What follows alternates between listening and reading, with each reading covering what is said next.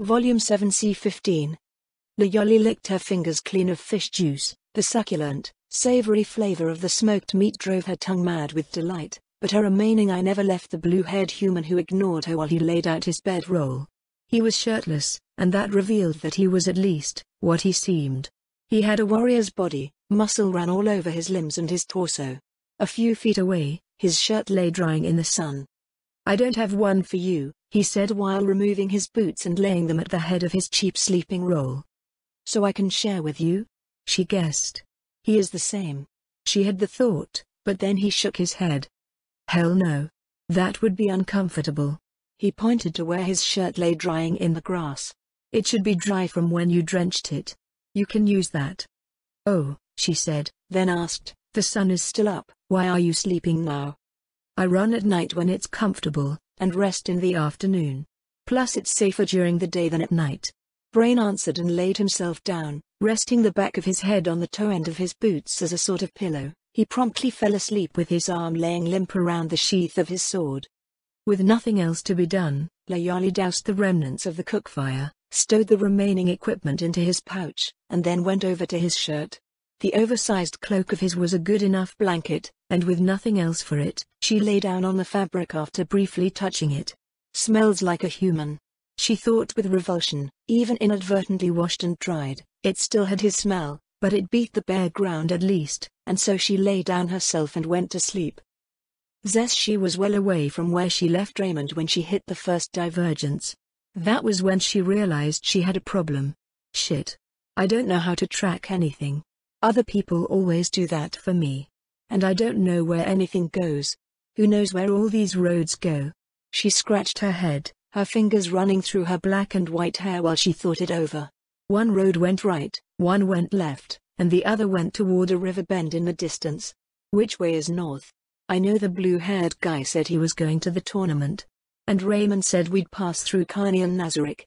But which way?" "Uck. Great job, Zeshi. Great job. You're on a straight road, you haven't left it, and yet somehow you've managed to get lost. Okay, stop and think. At least there's nothing in the world that you know of that is a threat to you. And he's not running away from you, he's not even really in a big hurry. So just run down each road and see if he passed through. There's not that many blue-haired humans with katanas running around." "Wait. Are there?" she wondered, and realized she had no idea.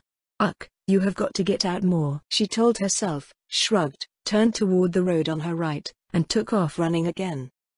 More than once Cerebrate looked toward the river with some bit of regret for his lost toy. "I'd have had to dispose of her soon anyway, still it would have been nice to get at least a few days more use out of her before I cross the border." In retrospect, taking the long route would have just been a bother. He knew on some level he was just talking himself into dismissing the probable drowning, but the loss was still a bother. The first real distraction he had from his annoyance was a sign written in 2 languages. Curiously, rather than wood, the sign was a large stone slab secured in turn to a pillar half the height and roughly the width of himself. The slab was a simple rectangle, and though he couldn't read the top half, he could read the bottom and concluded that they were dual writings of the same thing. "You now enter the kingdom of Kani." He read the bottom half, which was inscribed in the language of the slain theocracy. The upper half must be written in the language of Reastais. He concluded and stuck his head back into the carriage window to watch the world roll on. Forming a new kingdom is busy, chaotic work. I wonder. He licked his lips and felt the stirring in his loins, the reputation for order which was spread by the ones who essentially took his job in the Draconic Kingdom was probably exaggerated. New creates chaos, new wars, new cities, new kingdoms, new work, new anything creates new opportunities. That was the lesson he took from his tutors, and for that reason he sought out chaos brought on by newness and danger. Because there, a talented man could get away with anything. My sword hand is worth more than any whelp's whole body. And it's about time I remind this whole shitty world of that fact. I can't wait to get to our winter. Hines was the first to descend from the carriage before holding his hand up, allowing Albedo to take it and accept his courteous but needless help to descend to the waiting stone ground. A tiny hint of anxiety still struck her when her lord did these things for her, But one of the many lessons of the priest was, love is not just large and grandiose gestures, it's made up of 1,000 little acts of kindness. Accept them with grace and return them in the same spirit. And so she accepted the meaning of his actions, and let him help her down without protest, her delicate little feet planted on the ground as close to him as she could manage, and only then did she see the growing castle that was, if not ready yet, going to be quite impressive when finally completed. Various towers were rising with scaffolds of wood surrounding them, where laborers under dwarven direction during the day would set down stone intended to stand for centuries. The main building was in fact built in part from materials drawn from the remnants of Henry's old home, with simple timbers standing out in stark contrast to the rest of the more ornate building. "They work for your glory, my lord," Albedo said and put her arm around his waist, "as they should." Ines gave a mute nod. In a way she was right. But there was more that Albedo couldn't see. "Maybe she never will, but I do. This is pride, real pride in their work. They're glorifying themselves too, making something to stand so that the heirs that haven't even been born yet will one day marvel at." The front entrance was made of large, thick stone blocks arrayed in a broad fashion that essentially walled the courtyard on one side, while at the center lay a large double door of thick ironwood laced with strips of metal for practical defense. The door groaned as the goblin guard forced one door open, and from within emerged the familiar royal couple. "You didn't think we would leave you to walk in alone, did you, your majesty?" Henry asked with a little sunny smile that all but lit up the dark of the evening.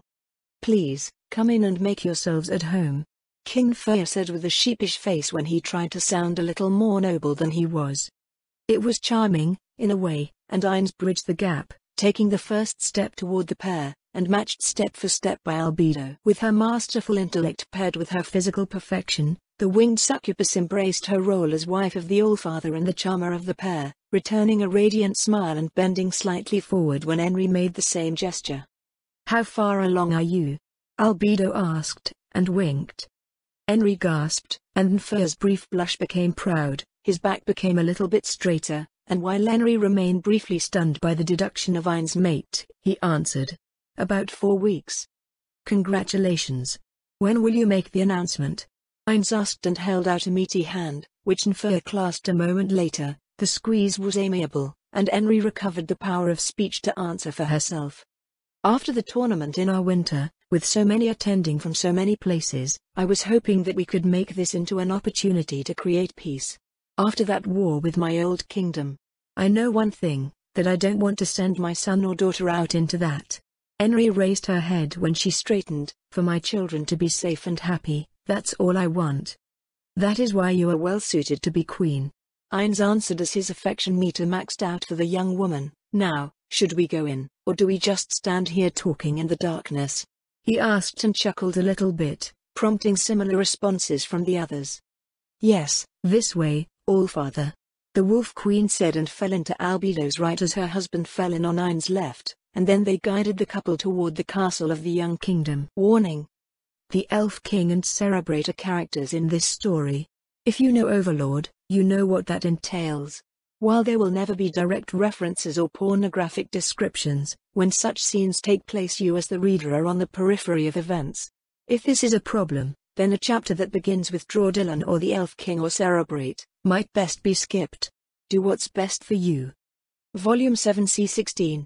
Loyali watched the blue-haired human eat without much in the way of manners. He cut the meat, he stuffed it in his mouth, he chewed, he swallowed, and that was that. Then afterward, he licked his fingers clean. "What, you said you were hungry, right?" he asked as if she were dense, and the vague revulsion at his shoddy manners transformed into dismay. "You fed me earlier, Lord Unglaeus," she answered, but he shook his head. "No, that wasn't enough. Besides, it's a long way and if you want to come with me then you need to be strong enough to make it. Go on, tear off a strip from the spit." Brain answered with a dismissive wave and lay back again. Loyali looked at the smoked fish. It could be a trick. She briefly wondered and watched him drift off to sleep in the middle of the day. Her belly rumbled, the little angry knot in her underfed stomach shoved away her other fears and doubts, driving her to tear off a chunk from the fish and shove the cooked white meat into her mouth. There was an explosion of flavor on her tongue that was far, far removed from the crude gruel and scraps she'd lived on for most of her life, and she fumbled with the fish meat to tear away more, and more, and more, shoving it with almost violent aggression into her mouth, where she sucked the juices out before mashing the meat to a pulp, chewing it, and swallowing it down her throat. She pulled and pulled at the skewered meat, her eye no longer really seeing the sauce, only her juice-coated fingers whenever her hands darted out to tear more away. "So good. Shoo, good," she mumbled, her jaw ached still, and she had a vague sense that she might have swallowed one of her teeth. But the things Lord Unglaeus gave to her kept the fiery agony from rising, replacing it with a dull and constant ache, allowing her to at least eat. So eat she did, darting hands out faster than a frog's tongue. Each bite, she said to herself, "Just one more." Until her hand came out and found only a wooden stick, slick with fishy juices and the tattered clinging remnants of what should have been 2 meals at least. Her eye widened with the existential horror of realizing what she'd done. "I ate all the food." That dread at having consumed it all, hours before she felt sure I'd have fallen apart. But what can he do to me that hasn't been done? And he's going somewhere. If he kills me it'll be quick, and at least I won't die hungry. There's nothing left to hold on to, so who cares? She asked herself, and lay to rest wrapped up in the far oversized cloak he'd given to her. She squeezed her eye as tightly shut as she could, and listened to him promptly fall completely asleep. She frowned a little bit, groaned, and yanked the cloak over her head. Layali was immediately shrouded in darkness. The feel of her breath on the cloth came back to her, along with the faintly fishy smell of her last meal. She crinkled her nose a little and turned her head to the side. Despite her protests to herself that she didn't care what he did when he woke and found the remainder of the meal gone, there was a knot in her gut that had nothing to do with food and would not go away. "I don't care. I don't care. I don't care. He'll probably just kill you. That's what you wanted anyway, dummy. Like he said, at least I won't die on an empty stomach." She then quietly cried herself to sleep, with his thick cloak catching every salty tear.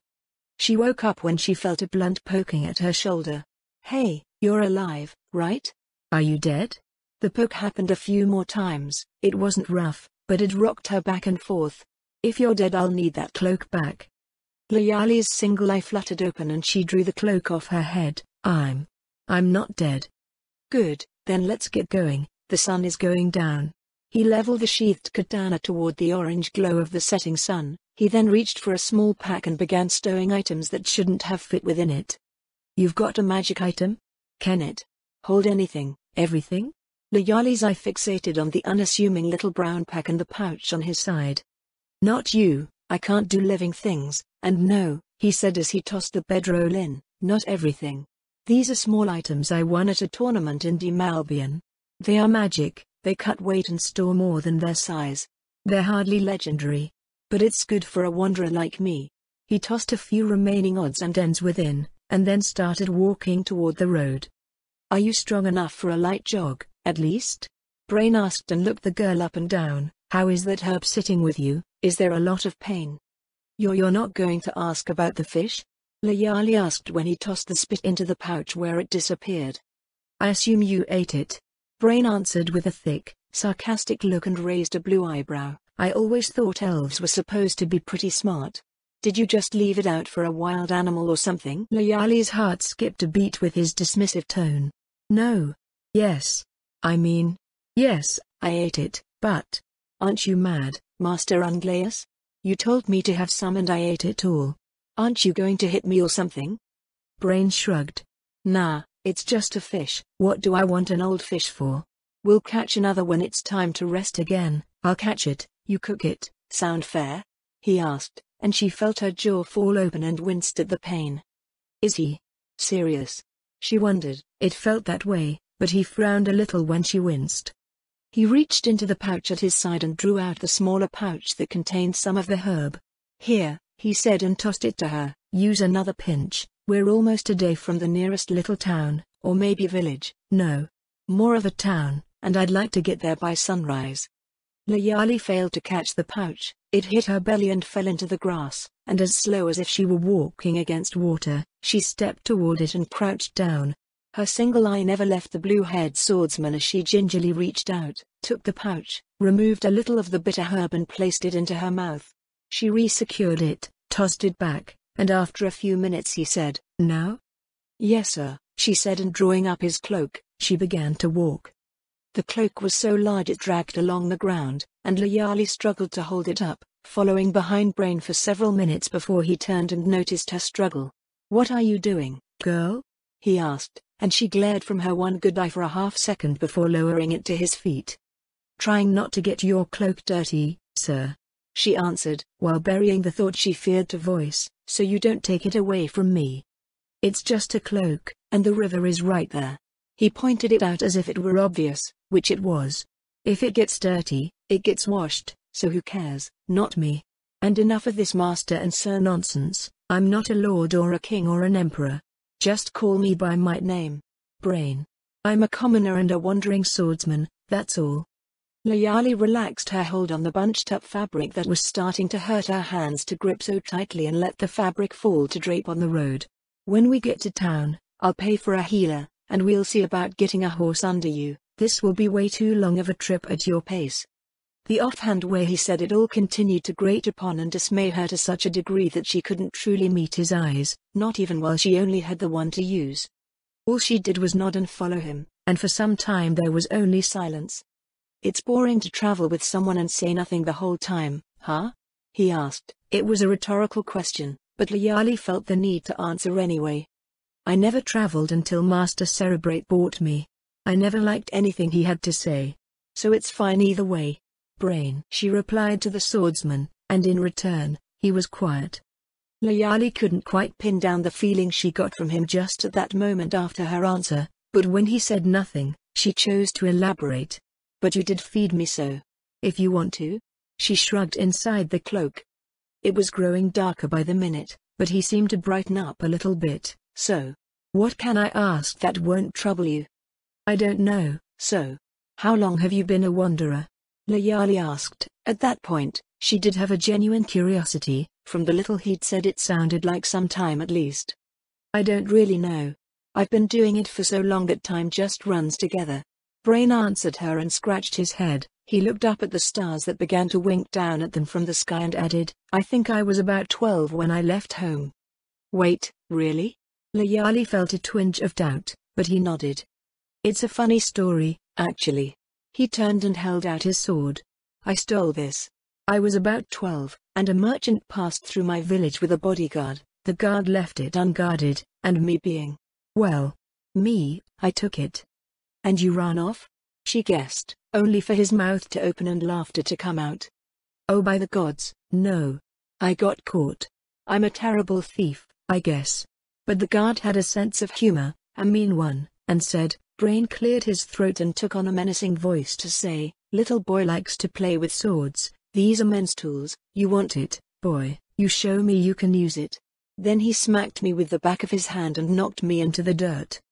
Layali tried to picture this large, broad-shouldered human being smacked around, and failed. "He took up another sword and told me to defend myself as a man, or die as a thief." He was a big, round oaf, with a nasty brown beard and beady, mean-looking eyes, and unlike most guards, he had plate armor. Meanwhile there I was, village boy with nothing but his stolen sword. I didn't even want to take it. I just wanted to borrow it and whack some tree limbs and pretend to be one of the 13 heroes. The laughter was gone from Brain's face. I think he just liked killing, and I was the first excuse he had in a good while. The noise attracted people, and the next thing I knew it was a trial by combat. I'll spare you the details, but it turns out, I lived. Brain's face began to return to life. "So you won," she said, and he rolled his eyes. "Do I look undead to you?" He trailed off. "Layali," she answered, deadpan. "I don't have much use for remembering names," he said as if he were apologizing, but not apologizing. "I'm not with people long enough for it to matter," he added. Brain cleared his throat and finally answered, "So yeah, I won. It turns out I had a talent. The merchant hired me on the spot in place of the dead man. I sold off the guard's stuff to pay for a few incidentals, and left home the next day. I never went back. I was lucky too, because most of the village got drafted for a war and not many came home, or so I heard. I've been wandering and refining my talent ever since." "So you've never lost a fight?" Layali asked, and Brain snorted. "Just once. Against the royal head warrior of Riestais, Gaziv Stranov." Brain answered. "He barely edged out a victory, and I've wanted a rematch ever since." Sadly, that'll never happen. He died in the revolution that established the kingdom of Kani. Was he a friend? Layali asked and stepped a little closer to his back. No, not really, just a rival to overcome on the journey to the peak. Brain replied and added, but I admit, we shared the same contented expression when we were fighting. Rivals sometimes clash almost like old friends. We share common ground, the same struggles. Sometimes the man you kill might be closer than a brother, if only you were shoulder to shoulder instead of face to face. That's sad. Layali answered, killing someone like that. Like killing one's family? It's what the gods gave us, to fight, to kill, till we're all dead or strong enough to survive. Brain answered with fatalistic indifference. They fell quiet for a while, neither having the will to converse again until the low wooden walls of a town came into view, lit up by the handful of torches moving along on their steady patrols. Volume 7 C17. Hold the cloak tight. It's not quite dawn and they won't be able to see what you are, so since you appear to be a child, just run with whatever I say. We should be able to get in through the gate without a problem. Once we're through we'll go to an inn and I'll arrange for a healer, Brain said as the low wall came closer with every step. Layali gave a quiet nod. The town ahead loomed large in her eyes. Walls, I've heard of those. So that's what they look like when they're not around a building. She thought and stepped a little closer to the back of the swordsman. Who's there? A rough, crude and weary-sounding voice came from the top of the low wall. One look said that the town was fortified against bandits, not real threats. He was wearing boiled leather armor and carried a spear as slothfully as any of the bandits Brain once led. The guard was leaning against it like he was an old man and it was a mere walking stick, and he had a crude growth of dirty beard to match the rest of his slothful appearance. Brain Unglaeus, I'm traveling with my daughter, and I'd like to stay at the inn, he shouted up at the guard. A man next to the sorry excuse for a guard was carrying a short sword in a sheath, and no shield. If I were a gambler, I'd say it's probably rusted. Brain mused, but the sword bearer did have a torch, and he tossed it over the side of the wall to land near Brain's feet, proving he was accurate at least. The glow of the flickering light in the pre-dawn hours before the sun rose illuminated Brain and his companion, who were quiet for a moment. What do you want? The spearman asked. Was your business? He asked as if Brain's answer were inadequate, which perhaps it was. My daughter was attacked by a monster. Brain answered, that's even true. He thought, and went on, I need to pay for a healer and, if possible, I'd like to buy a horse. Layali bristled when the blue-haired human referred to her as his daughter, but realizing it was a lie to get in the walls, she went with it, allowing him to continue the deception. Yeah, fine. You got money to spend, you can spend it here, but if you head north toward Kani Kingdom, don't go thinking to stick around here long. Move on quick, we don't like vagrants. Spend your money and get out. The crude guard commanded, and glanced to the sword bearer. The bearer disappeared from view while Brain said, I sure will be quick, gone by nightfall. The noise of a large wooden plank being lifted and dropped with a thud came from the other side, and a moment later the gate opened outward on one side. Brain didn't say anything, he only headed for the gate. Layali grabbed the cloak near her throat and pulled it tighter so that the hood wouldn't come down, and just above the waist so that she could be sure that it wouldn't expose the nakedness beneath. The ground was cool to her bare feet at least, and not so bad to walk on, but no sooner than she entered the town than she was assaulted by the stench of humans and their animals. The way was open at least, with few people about at so early an hour other than guards, but with the multitude of buildings of simple wood and rough, crudely cut stone, Layali realized that this was larger than any village. It seems so large. She looked up at the tops of single buildings that looked more like one building stacked on top of another, most of which had staircases on the outside which led up to an elevated side door. How many people live here? She wondered out loud, though she hadn't intended to ask. Brain answered anyway. A few hundred, maybe 1,000 made up of multiple different families, he said, and she gasped from behind him. So many? Layali wondered aloud, he's got to be lying, there's no way that many people could live in one place. Somewhere in that range. This is just a town though, and not even a really big one. Cities can have hundreds of times as many as the largest town. Kamimiyako is the third largest human city after Riastais and Arwinter, and it has over 150,000, or so I've heard. Brain explained, and Layali's mind whirled with both disbelief and raw, unbridled terror. Please. Please take me inside. Take me inside somewhere. Please. I'm begging you, she said. Her body felt stiff and she had to shut her eye and follow him by the sound of his steps.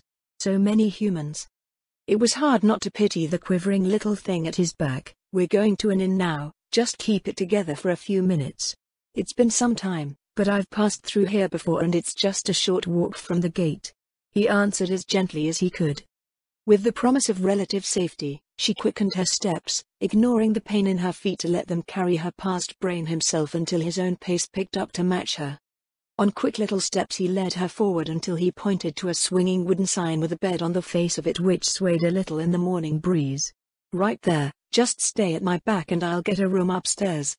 Layali couldn't speak, her jaw was shaking, as was most of the rest of her, save for her feet, which she took the utmost care to mind. Reaching the door a step ahead of Brain, she froze.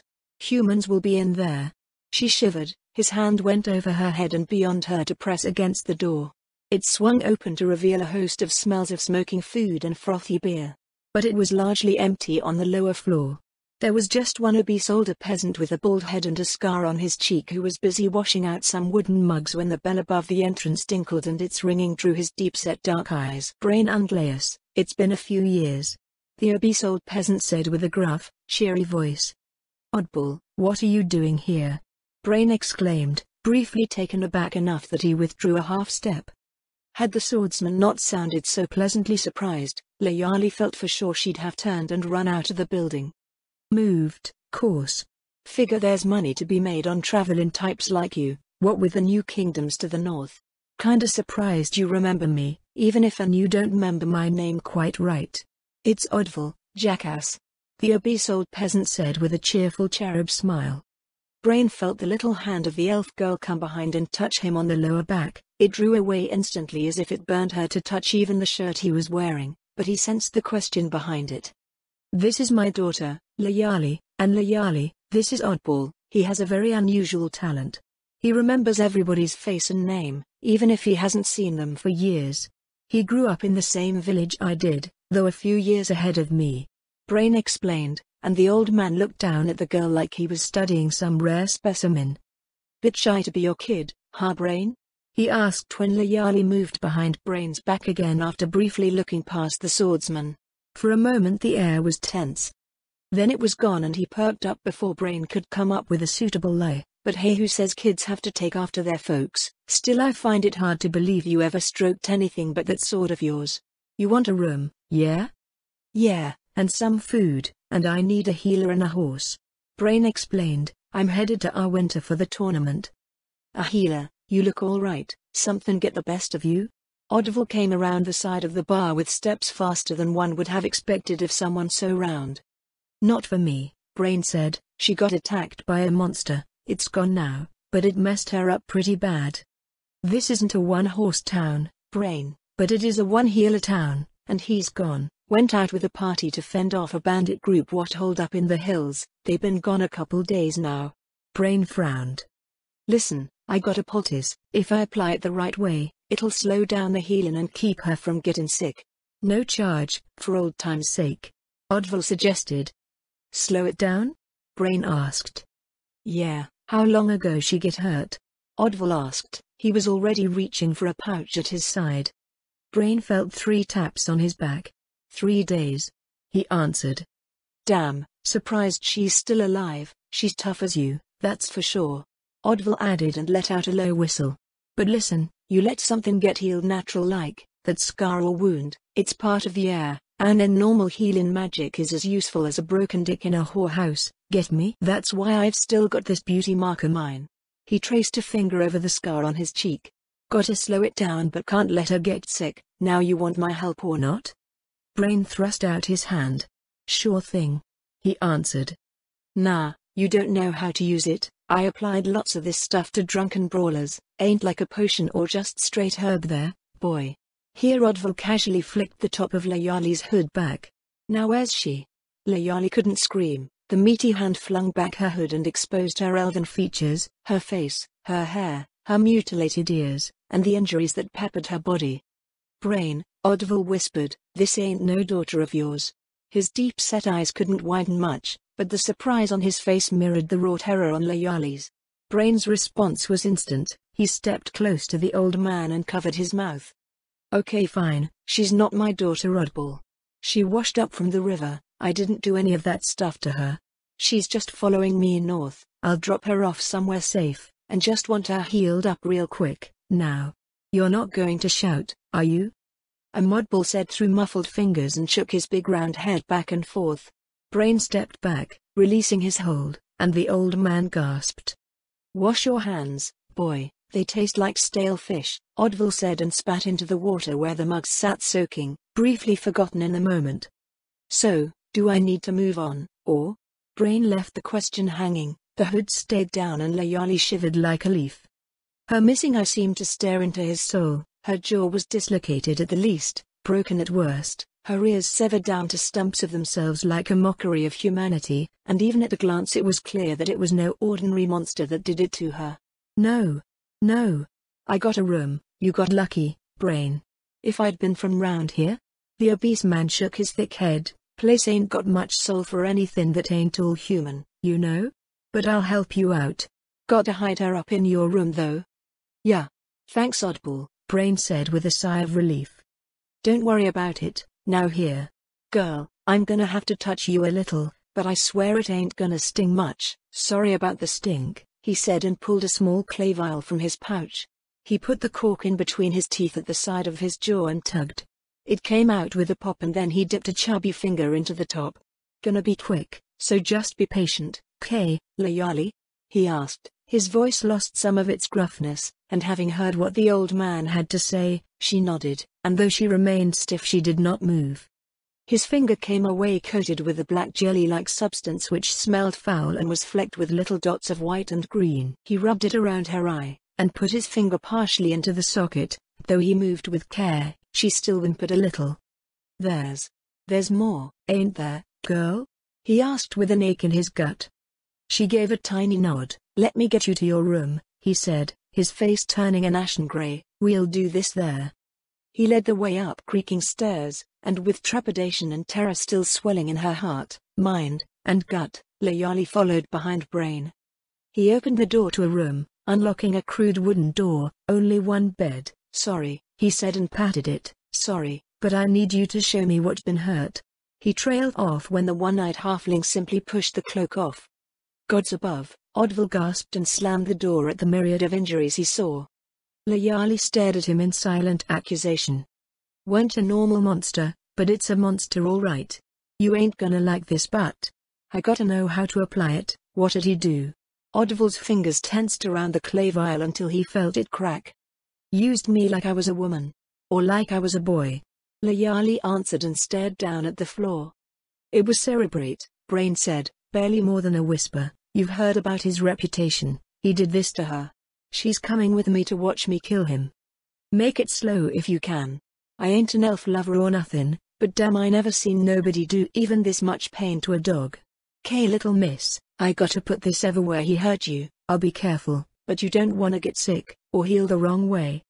Just be quick," Layali said, and Brain went to the bed and held out a hand. She took it without thinking and climbed on to lie down and look up at the ceiling.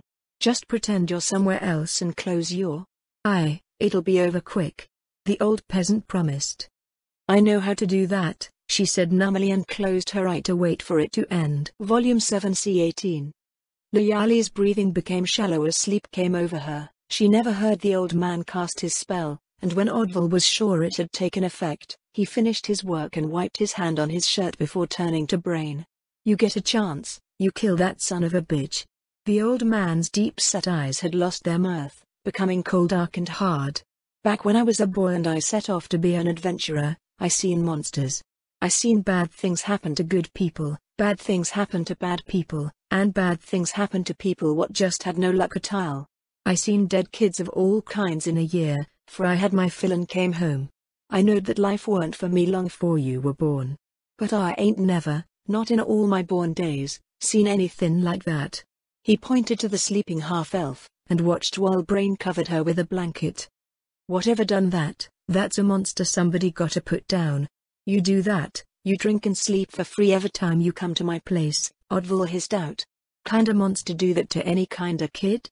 He shook his head, hard to believe she's still living and breathing. I know. Brain answered, she somehow survived at least 3 days in that river. I guess she could be lying, most grown people couldn't have lasted even one. But somehow she made it for 3? He scratched his head beneath his blue hair and said, if nothing else, she's tough. Poor thing. Listen, he glanced at her again and then at the old man. I'm short of money, is there any chance? None. Oddvil answered. Even a cheap horse'll cost about 30 days' wages for this place, and I ain't got that just sitting around. And the healer? I didn't want to say this round her, but he'll know what she is when he heals her, and that'll make things hard. This is the theocracy, you be lucky if he don't report ahead.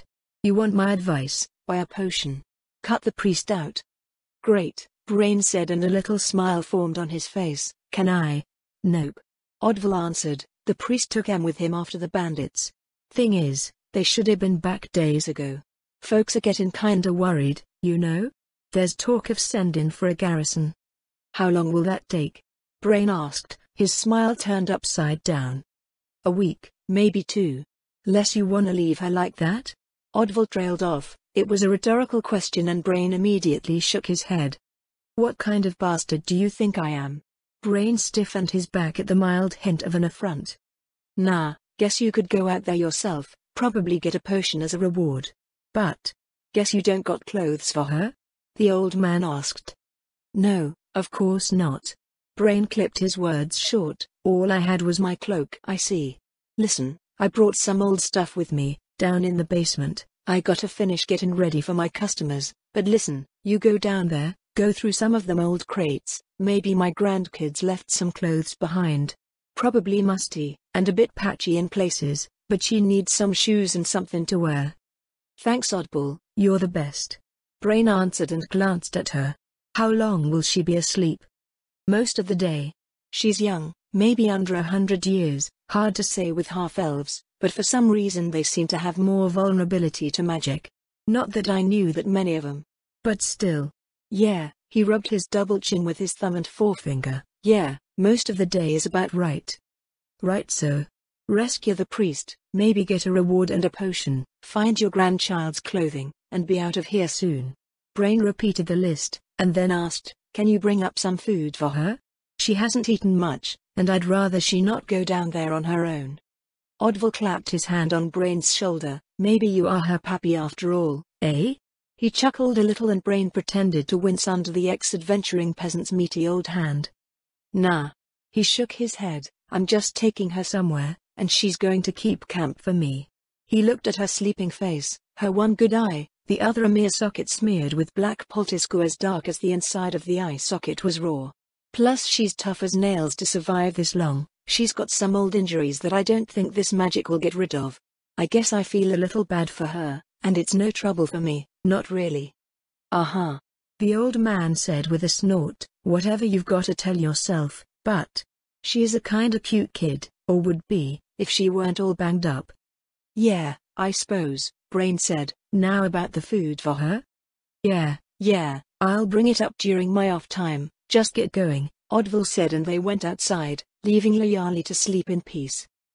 She woke up to see the sun setting through her open window. For a moment she woke with horror, crying out, I didn't mean to oversleep. And shooting up to a seated position, breathing hard, she looked around and realized, I'm alone, the human is gone. The first thing she noticed was the smell of lukewarm stew, and beside it she saw a few pieces of cheese, fruit, and a strip of lamb which had obviously gone cold, but which was well seasoned. The next thing she saw was a set of clothing sitting on the same table where the food sat waiting for her. The clothing reminded her of her lack of it, and her first instinct followed quickly. Her hands went to her body to check, did he do anything? She asked herself, and found no evidence of anything except for the goop the old man referred to as a poultice. Suspicion tainted her quite thoroughly, the old man knows magic. I was tired. But not that tired. She yawned, her mouth gaping open, and the pain was only bearable because of the material the human used to make it so. Still. She furrowed her brow, humans don't do things without getting things in return, so. What is he, or what are they getting? Layali could think of nothing offhand. The gods know I'm so ugly now that even the Elf King wouldn't want me. She thought with matter-of-fact dismissal, though it did sting a little. At least he's not interested in me. That made for the unpleasant consideration. Maybe that's why he wants me healed? So I'm pretty again. She shuddered. I need a knife, she told herself when she stopped shuddering. She then slid off the bed and, putting as little weight as she could on each step, inched her way over to the table. She sat and snatched up a slice of cold lamb and tossed it into the stew to warm it up again. She then began dunking the bread and cheese into the brown broth and swirled them around before shoveling them into her mouth with no semblance of good manners to be had. The flavor assaulted her senses, and even the dull ache in her jaw was not enough to dissuade her from finishing it as fast as she could. It felt like mere seconds before she was tilting the wooden bowl to her lips and rubbing her fingers over the inside to shove one last bit of broth over her tongue, and then licked the bowl clean. With that done, she set the bowl down with slow reluctance, looking at the two meals she turned into one and willing there to be more. But there was not, so she let go of the wooden dish and plucked a stray splinter from her hand before turning to the clothing left for her. Old, she thought, and plucked at the moth-eaten green fabric. There were holes in various places, some of which were patched, some of which weren't. This isn't really a shirt, it's more like patches sewn together, she thought, and the smile spread over her face, larger than she'd ever had. This is the finest thing I've ever worn. She was grateful in that moment that at least her arm was numb, but did her best to touch it as little as possible, slipping the arm through the sleeve and drawing it up before putting her head through the hole at the top, then sliding her good arm up inside the shirt and successfully putting it on. The rest was no more comfortable, but at last she slipped her feet into shoes, and gave herself a look over.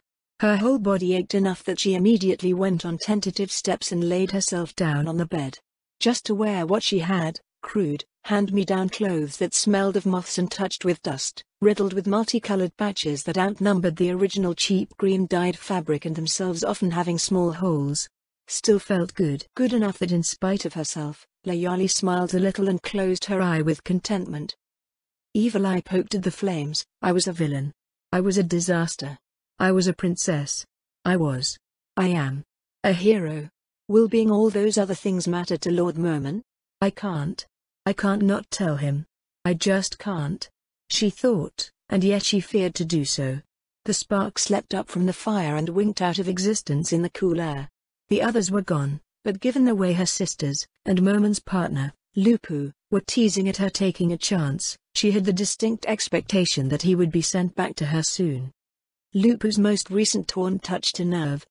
May, what good is it to be in love if you're not going to do anything? That's like having a cake and not eating it. That'd be dumb. The whole reason to have cake is so you can eat it. Course if you don't actually want him, I'm his partner, always at his side, maybe I should. And then the radiant red-haired cleric gave out a silvery laugh and sashayed away, leaving Evil Eye fuming. Would she really, though? Evil Eye wondered. The curious relationship between Merman and Lupu was one she never dared truly broach. Sometimes they seem like they're almost siblings, or childhood friends. But when she talks like that, could they actually be lovers? That thought kept the vampire sleepless more than once. If I don't say anything, if I don't do anything but blush behind this mask, what can I expect? He can't even read my face, but if I show my face, my eyes? That too brought its own turmoil. I'm a vampire, he's human. Maybe even a godkin. A valiant defender of humanity, a peerless defender of justice. And a bit of a dramalord. She added the last part with a tiny smile of her own. He reminded her of Lake Hughes, prone to dramatic gestures and grandiose statements. Had he not had the power to back them up, it would have been a mockery, but as it was, they inspired, in part because his power was so obvious and his reputation so widespread. If he knew what I was, would he slay me? Would my sisters? Evil Eye shivered even to think of it. It was telling to her when she thought of either end that she was equally disturbed by both possible rejections. You've got it bad, Kino, really bad. She told herself and felt her long-still heart threaten to start beating again, just so it could skip with anxiety. I have to tell him, I don't have to tell them. I want him. I want him. Is that so bad? I can't give him children, but, so what? If he wants a child, let some other woman carry it. As long as I can have him. But can I at all? The answer was a plain and unilateral no, not without telling him the truth, not without taking off her mask and opening her eyes. No man will remain with a woman whose face he's never allowed to see. She looked down into the fire and poked it with a stick again. I have to tell him. Whatever happens, happens. I've fought for a lot of stupid things in my life, risked myself for everybody else more times than I can count. But now it's time I did something for myself. What's the point if I can't be happy too? Why shouldn't I be? Evil Eye did all she could to mentally fortify herself just as she heard Momen come crashing through the woods. There wasn't an attempt at being subtle, nor was there a need for it. He emerged into the firelight and said, Mein Fräulein, they said I should come and keep you company, that they are better at scouting than I, and they are right, I fear. He slapped his armored chest as if he were wounded by their words, but the twinkle in his eye told her it was more amusement and he was being performative. It's fine, please, join me. Momen, Evil Eye said and almost gestured to the log opposite herself, but instead she patted the mossy space beside herself, inviting him to sit with her instead. Momen obliged and took off his helmet. He sat it between his feet and looked into the fire. He felt Evil Eye's gaze turned upward and looking at him. Is there something on my face?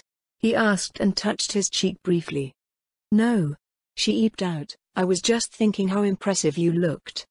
I am but myself, I think that is a good thing, but there are others greater than I by far, my father, for example, he said, and winked down at her. It was only then that it occurred to Evil Eye. I really don't know anything about where he comes from, his family. But he sounded a warm, content to speak of the man, and so Evil Eye felt safe asking, what was he like? What is he like, mein Fräulein? Momen answered, the greatest of all beings, powerful beyond all words, gentle, generous. His greatest wish is for the happiness of all his children. So powerful is his love for us all that he was willing to leave us if we needed him to. The greatest caster and the greatest warrior this or any world has ever known, or ever will. The paragon of Momen went silent, snapping his jaw shut. Never in his life had Pandora's actor cursed his performative nature, his love of drama, or his love of his creator. Yet all he said in his gushing affection could only lead to one singular answer in the mind of the little vampire about who his father was. Nor did she miss it. You're the son of the Allfather of Nazareth, aren't you? You're Einzulgaun's son. Evil Eye guessed, and when Momen stiffened involuntarily, she knew she'd struck home. Her mind reeled beyond all reason. On the one hand she counted the Allfather's friendly policies toward non-humans to be a good thing, as was his general defense of humanity and promotion of order. On the other hand, his ruthless crushing of Baharuth's army led directly to the near collapse of the Empire, and his intervention left a demi-human kingdom of dubious intent forming in the Abelian Hills. I should not have said what I did. I must ask that you keep it secret, Pandora's actor said, leaning over her slightly to whisper the request. It does answer a lot though. There's a strong resemblance, and that kind of power doesn't just spring from nothing. Evil Eye felt some degree of comfort at least recognizing one mystery was resolved, only to notice another compounding it. Siblings, you have? Brothers and sisters? Evil Eye asked, and Momen groaned and wiped his face. I do. You know one of them. Lupu's true name is Lupus Regina, she is the child of another. We are many, the children of the one who stayed, united in our devotion to our father. Hence his name, the Allfather. Momen explained, and Evil Eye connected the dots. It explained Lupu all too well. They're not all human, are they? Evil Eye pressed the question gently. She reached up and touched his face. You can tell me, you can trust me with anything. Why do you ask that? Momen allowed her touch, but he was more interested in the wild guess that was right on the coin. Because of his policies. He rules numerous non-human races. Dark elves, wood elves, dwarves, I've even heard of lizardmen and frogmen, not to mention others. It's just sensible that he'd be this way if his children weren't human. Evil Eye felt the certainty of her rightness crystallize when Momen was silent in return. You are right. He finally answered, free briefly of any grandiose gestures, natural if not relaxed. He was stiff, but not aggressive or demanding of her silence, and so Evil Eye felt emboldened. She sidled up a little closer, so that her leg was against his. Do the undead have a place in your father's world? What are they to you? Pandora's actor was still mentally cursing his foolish slip of the tongue, but he heard her question, and knew very well why she asked. Have you seen vampire quests in the Adventurers Guild? He asked in return. No. Now that you mention it, I haven't, she replied, and then asked, why? Because they were found and relocated. A few, I'm sure, were killed, but Father's will is that all who accept the social contract should be allowed to exist, Moman said with a hint of pride tinging his voice. The what now? Evil Eye was briefly at a loss. What do merchants have to do with any of this? Social contract. What Father calls the agreement among intelligent beings to reside together as a community. Simple guides such as that the higher your status, the more that is expected out of you. That you may do as you will if you harm none. That a mutual respect should exist between those who live together, for each other's lives and possessions. Pandora's actor explained, and Evil Eye turned it over in her mind like a curious object of uncertain use. So the vampires he found? Evil Eye pressed. Sent to the kingdom of Nazarik's far-flung corners, border towns made up of multiple races, the newly built areas. They live normal lives there and sometimes buy blood from others when the impulse comes to feed. Or so I have learned. I have yet to go there myself, he said, and Evil Eye knew one thing for sure. I have to see it. I can't say anything to him. Not yet. Not until I see how he really reacts staring a vampire in the face.